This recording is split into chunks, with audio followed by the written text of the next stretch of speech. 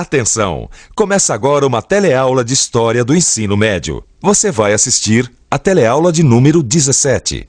Bons estudos!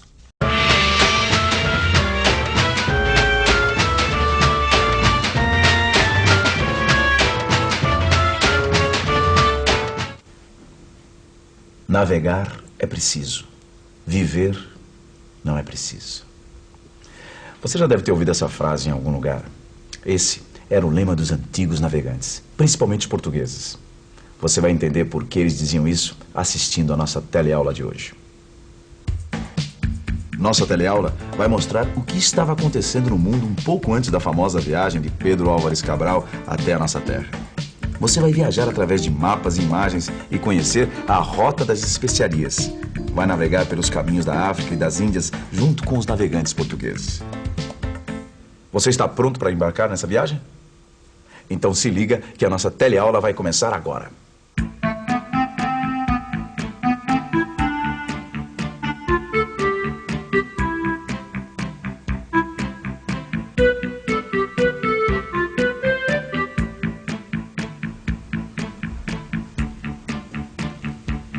Quando a gente ouve falar em grandes navegações, a gente vai logo pensando nesses instrumentos aqui: bússola, sextante, mapas, tudo que era preciso para navegar. Mas para a maioria das pessoas, navegar era preciso por outros motivos. Para quem não era marinheiro, navegar era importante por causa disso aqui, ó: arroz, laranja, damasco, figos, pau-brasil, algodão e as famosas especiarias: cravo, canela, gengibre, pimenta e açúcar. Por mais incrível que possa parecer, as pessoas um dia se aventuraram no mar por causa de coisas hoje tão comuns pra gente, como a pimenta, por exemplo. E olha, os portugueses foram mestres em se aventurar pelo mar. Esse aí é o mar que os portugueses atravessaram para chegar até o Brasil, o Oceano Atlântico. Você vai ver que esse oceano tem um papel muito importante para a época que nós estamos estudando. Os portugueses têm uma relação muito antiga com o mar, desde o século XII. E você sabe, o século XII é o período de tempo que vai do ano de 1101 até 1200. Desde aquela época, desde o século XII, os portugueses do litoral vivem como essas pessoas que estão trabalhando aqui, do comércio. No resto da Europa, a situação era diferente. A maioria da população vivia da agricultura, mas a atividade comercial começava a se expandir, principalmente entre as cidades italianas de Gênova e Veneza com os países do Oriente. Pela localização dessas cidades, dá para ver que elas já tinham uma grande vantagem no comércio por esse mar aqui, o Mar Mediterrâneo.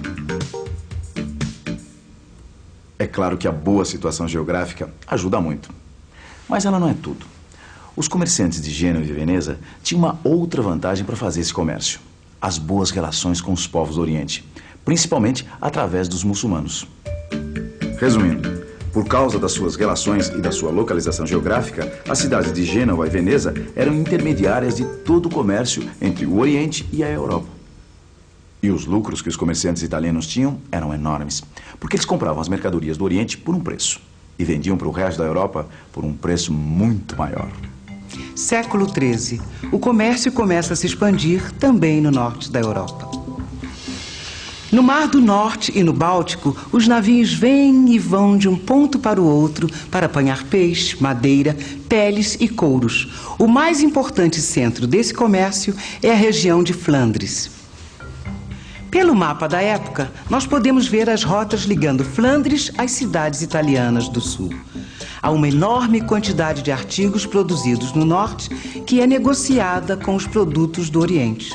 O lugar onde isso acontece se chama Champagne, uma região localizada no Reino da França.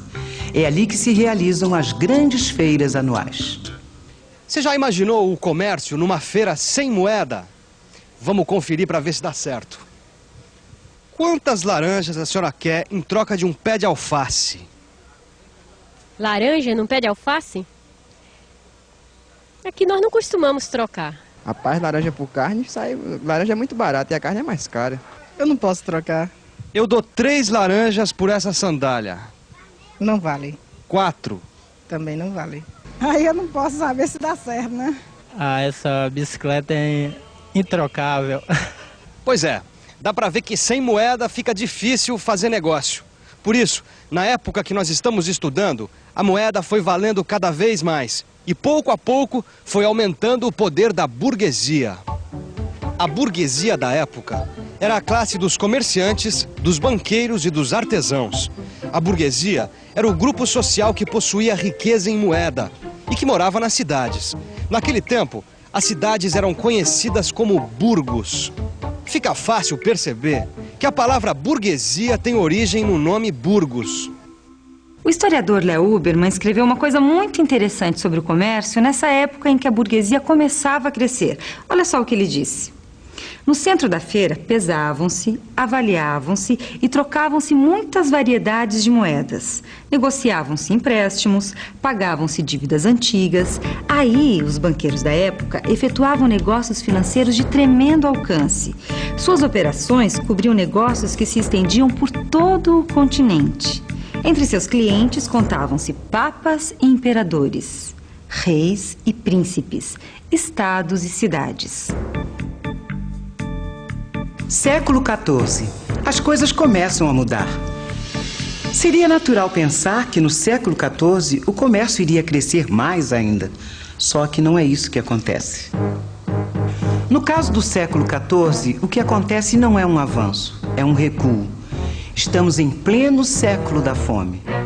Guerras devastam a Europa, entre elas a famosa Guerra dos 100 Anos. Os campos são abandonados e a temida peste negra está matando 1/3 da população da Europa. Com as guerras, as rebeliões e as epidemias, o comércio entre o norte e o sul da Europa fica muito prejudicado. E o comércio pelo mar passa a ser a melhor opção. Esse mar que você está vendo aí atrás de mim era a melhor saída para a Europa do século XIV. Lá, do outro lado do Oceano Atlântico, estava o melhor caminho entre o norte da Europa e as cidades italianas do sul. E no meio do caminho estava Portugal. Portugal se tornou a passagem obrigatória dos navios que iam e vinham entre o norte da Europa e o sul da Itália. Em outras palavras, o que estava acontecendo era o seguinte: o centro comercial da Europa estava se deslocando do mar Mediterrâneo para o Oceano Atlântico. Portugal soube tirar vantagem dessa situação e já no século XV pôde partir por uma empreitada muito mais importante: a conquista de novas terras, novas fontes de comércio e para a exploração de novas riquezas. O primeiro alvo da expansão portuguesa foi a cidade de Ceuta, no norte da África. Ceuta era um importante centro de comércio de mercadorias de luxo orientais e de produtos africanos, como o ouro e o marfim. Além disso, a conquista de Ceuta significava para os portugueses uma vitória contra os grandes inimigos dos cristãos naquela época, os árabes, também chamados de mouros. Derrotar os mouros em Ceuta significou glória para a Igreja Católica, terras e títulos para os nobres, poder para o rei de Portugal, fortuna para os burgueses. E para os marinheiros e soldados portugueses, a conquista de Ceuta significou a perspectiva de uma vida melhor e mais cheia de aventuras. Depois disso, os portugueses continuaram sua expansão por outros pontos da África. Os portugueses começaram sua expansão nas Ilhas da Madeira e dos Açores. O próximo alvo foi o litoral africano.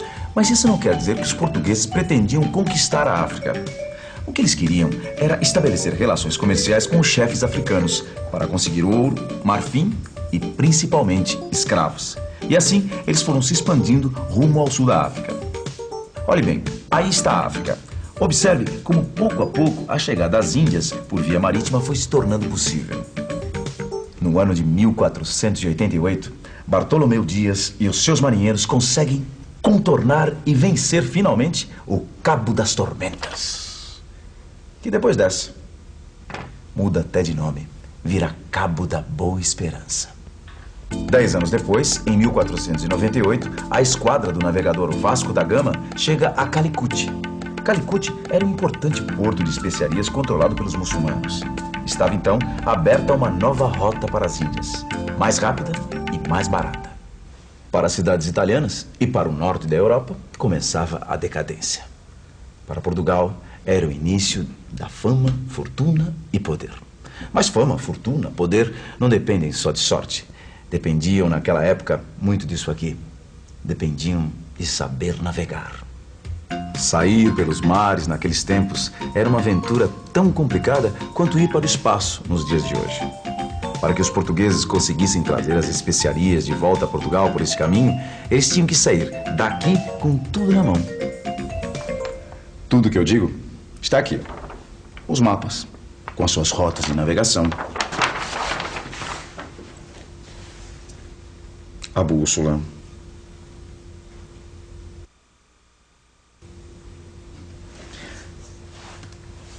O sextante. Para sair pelo mar, era preciso saber navegar. E saber navegar significava conhecer os instrumentos de navegação. Mas olha, não foram só os instrumentos de navegação e o espírito de aventura que ajudaram os portugueses a dominar o oceano. A participação do rei nesse processo foi muito importante. Montar uma esquadra exigia anos de preparação. Era preciso ter capital e capacidade para formar o pessoal técnico. Por isso, o comando desse processo tinha que ficar nas mãos do rei. Era comum que o próprio rei ficasse no porto esperando as caravelas que vinham da Índia e da África. Afinal de contas, ele precisava ver como andava o seu negócio. E agora, você precisa rever tudo que aprendeu na nossa teleaula de hoje. E atenção, se liga aí que é hora da revisão. Na teleaula de hoje, você viu que as rotas do comércio se desenvolveram na Europa no século XIII.